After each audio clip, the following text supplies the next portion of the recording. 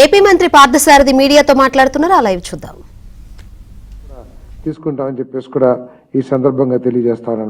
మరి రాష్ట్ర ఆర్థిక పరిస్థితి తీవ్ర ఇబ్బందుల్లో ఉన్నా కూడా కేవలం గత ప్రభుత్వ చేతకానితనం మూలంగా ఒక దేశంలోనే 1-2 స్థానాల్లో ఉండాల్సిన ఈ రాష్ట్రం అదే ఆర్థికంగా మరి చితికిపోయిన విషయాన్ని ప్రతి ఒక్కళ్ళు కూడా ఇటీవల ముఖ్యమంత్రి గారు ఇచ్చిన వైట్ పేపర్ ద్వారా శ్వేతపత్రం ద్వారా కూడా అర్థం చేసుకున్నారు.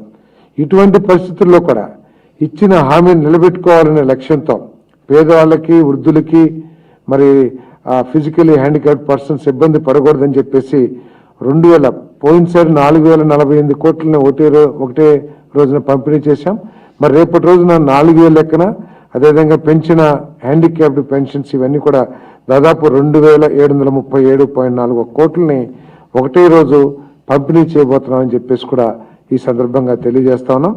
మరి అధికారులందరికీ కూడా పోయినసారి కొంత సర్వర్స్ ఇబ్బంది పెట్టినా కూడా మరి సచివాలయ సిబ్బంది కానివ్వండి, ప్రభుత్వ అధికారులు కానివ్వండి, చాలా కమిట్మెంట్తో ప్రతి ఇంటికి కూడా ఈ పెన్షన్లు తీసుకెళ్ళటం జరిగిందని చెప్పేసి ఈ సందర్భంగా తెలియజేస్తూ మరి చంద్రబాబు నాయుడు గారు ఈ రాష్ట్రాన్ని గాడిలో పెట్టడానికి, ఎందుకంటే ఒక ఎక్స్పీరియన్స్ లేని వ్యక్తి రాష్ట్ర అభివృద్ధి పట్ల కానీ లేకపోతే ప్రజల ఉపాధి విషయాల్లో కానివ్వండి ఒక విజన్ లేని వ్యక్తి, కేవలం స్వార్థంతోనే పనిచేసిన వ్యక్తి పరిపాలనలో ఈ రాష్ట్రం పూర్తిగా అధోగతి పాలైన విషయం రాష్ట్రంలో ప్రతి ఒక్కరు కూడా గుర్తించిన విషయం గత ఎన్నికల ద్వారా మనందరూ కూడా అర్థమైంది.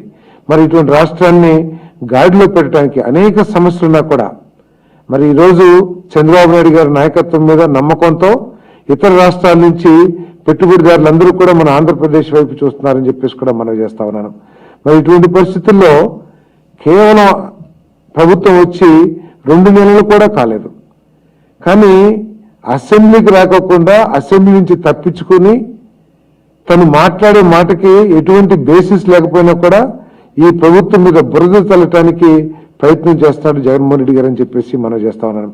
నిజంగా ఈ ప్రభుత్వం తప్పు చేస్తుందని భావించినట్లయితే మీకు దమ్ముంటే మీరు కనుక మేలు చేశారు ఈ రాష్ట్రానికి, ఈ రాష్ట్రంలో ఏదైతే ముఖ్యమంత్రి గారు చెబుతున్నారో శ్వేతపత్రాల ద్వారా వాస్తవాలను చెబుతున్నారో ఆ వాస్తవాల మీద మీకు ఏదైనా అనుమానం ఉంటే ధైర్యంగా అసెంబ్లీకి వచ్చి మీరు ప్రశ్నించండి. లేదు ప్రభుత్వం చేస్తుంది తప్పు, లేదా ప్రభుత్వం చెప్పింది తప్పు అని చెప్పండి.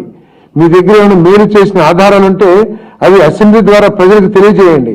అంతేకాని మీరు అసెంబ్లీని ఎగ్గొట్టి బురదల్లే కార్యక్రమం ఎంత నీచంటే దేశ ప్రజాస్వామ్యంలో ఢిల్లీలో ఈ పార్టీ వైఎస్ఆర్ కాంగ్రెస్ పార్టీ చేసిన కార్యక్రమం ఏ పార్టీ కూడా చేసి ఉంటుందని నేను భావిస్తలా. ఎందుకంటే ఒక రైతు ఆత్మహత్య చేసుకున్నా, లేకపోతే ప్రభుత్వ తప్పిదం మూలంగా ఒక రైతు ఏదైనా దుర్మరణానికి పాలైనా, లేదా ఒక ఉపాధి కార్మికుడు దుర్మరణానికి పాలైన ప్రభుత్వ తప్పిదం మూలంగా దాన్ని కేంద్ర ప్రభుత్వం లేకపోతే ఢిల్లీకి తీసుకువెళ్ళి అక్కడ ఏదైనా ప్రొటెస్ట్ చేయటమో లేకపోతే కార్యక్రమం చేయటమో అర్థం చేసుకోగలం. కానీ ఒక గంజాయికి అలవాటు పడిన, దుర్వ్యసనాలకి అలవాటు పడ్డ 2 యువకులు వ్యక్తిగత తగాదాలతో ఒక మారణకాండ జరిగితే దాన్ని తీసుకెళ్లి అది నేషనల్ ఇష్యూ అయినట్టు చేయటం ఎంతవరకు సబబో కూడా ప్రజాస్వామ్యులందరూ కూడా ఆలోచించాలని చెప్పేసి మనం చేస్తాను.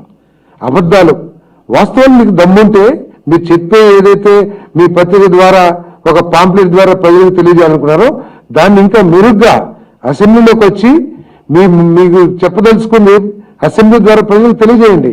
ప్రభుత్వం సిద్ధంగా ఉంది. మీరు అవసరమైతే ఇంకా ఎక్కువ రోజులు అసెంబ్లీ నడిపోయినా సరే మీరు లేవనెత్తే ప్రతి సమస్యకి సమాధానం చెప్పడానికి, మీరు చేసిన ప్రతి తప్పిదానికి ఆధారాలతో సహా నిరూపించడానికి ప్రభుత్వం సిద్ధంగా ఉందని చెప్పేసి నేను మనవి చేస్తాను. అసెంబ్లీలోకి వచ్చి మరి మాట్లాడమని ముఖ్యమంత్రి గారు సవాల్ విసిరితే ఆ సవాలు స్వీకరించాలని ఒక దౌర్భాగ్య పరిస్థితిలో ఉండి కేవలం నాకు పత్రిక, నాకు టీవీ ఉంది కదా అని చెప్పేసి దాని ద్వారా అబద్ధాలు ప్రచారం చేయటం కరెక్ట్ కాదని చెప్పేసి మనం చేస్తాను.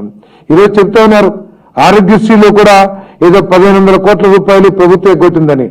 ఎవరన్నా విచక్షణ, అసలు ఆలోచన జ్ఞానం కానివ్వండి, లేకపోతే ఒక 5 సంవత్సరాలు ముఖ్యమంత్రిగా చేసిన స్థాయి వ్యక్తి మాట్లాడినా అని చెప్పేసి అడుగుతా ఉన్నా నేను. ఒకవేళ 1500 కోట్లు అప్పు ఉంటే దానికి కారణం ఎవరు? మీరు చేసిన దుష్పరిపాలన 5 సంవత్సరాల ఫలితం కాదా అని చెప్పేసి అడుగుతా ఉన్నా నేను.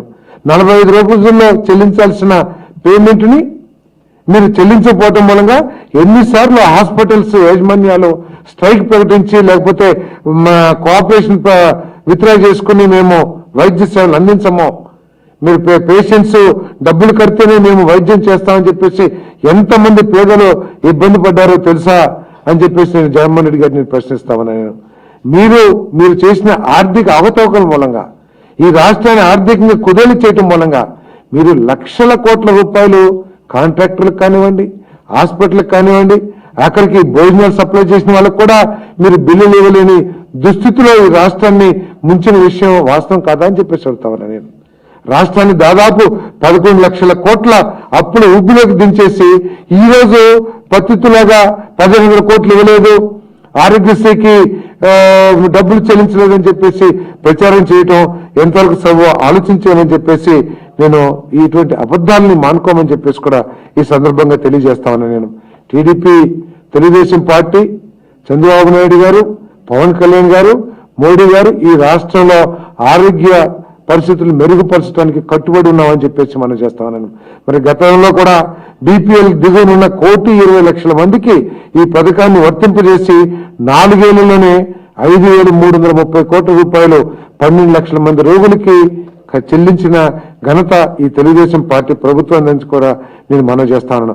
అంతేకాకుండా అనేకమైన వినికిడి లోపం ఉన్న వాళ్ళకి కాక్లియర్ ఇంప్లాంటేషన్ కానివ్వండి, గుండె ఊపిరితిత్తులకు సంబంధించి 6 లక్షల మందికి, మూత్రపిండ మార్పిడి లాంటి వాళ్ళకి 3.5 లక్షల మందికి మరి వైద్య సేవలు ఉచితంగా అందించిన ఘనత ఈ ప్రభుత్వం కూడా మనం చేస్తామని. అంతేకాకుండా క్లెయిమ్ అందంగానే అంటే వైద్యం చేయగానే హాస్పిటల్స్ పంపించే క్లెయిమ్స్ ఏదైతే ఉంటాయో 70% క్లెయిమ్స్ ని వెంటనే చెల్లించిన ఘనత